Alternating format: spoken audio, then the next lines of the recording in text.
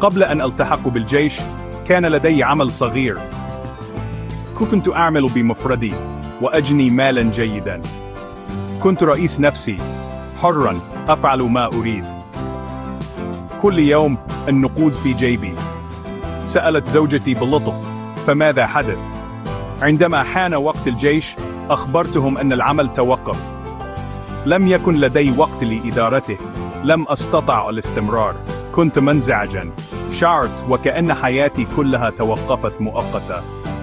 لكن في الجيش قررت أن أبذل القصارى جهدي. عملت بجد. يوما بعد يوم دفعت نفسي. في النهاية تمت ترقيتي.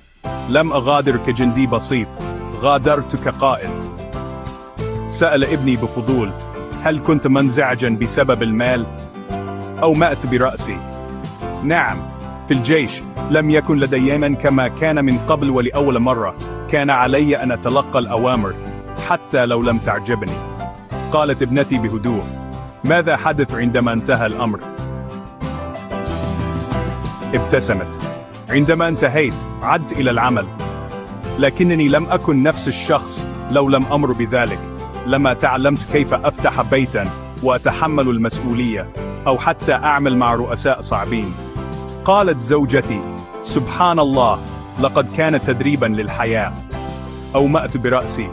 بالضبط. بعد ذلك بدأ أي رئيس سهلا، لم يكن أي منهم صعبا مثل ضباط الجيش. هؤلاء تعلمت الصبر، الانضباط، وكيف أكون قنوعا.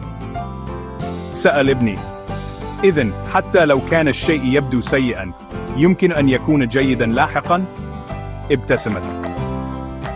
ليس كل ما يزعجك سيئا يا حبيبي. أحيانا ما يبدو خسارة هو في الواقع تدريب من الله يهيئك لشيء أكبر. لذلك تذكر، كن قنوعا بقدرك. تعلم من كل تجربة. كل خطوة صعبة تشكل القوة التي ستحتاجها غدا.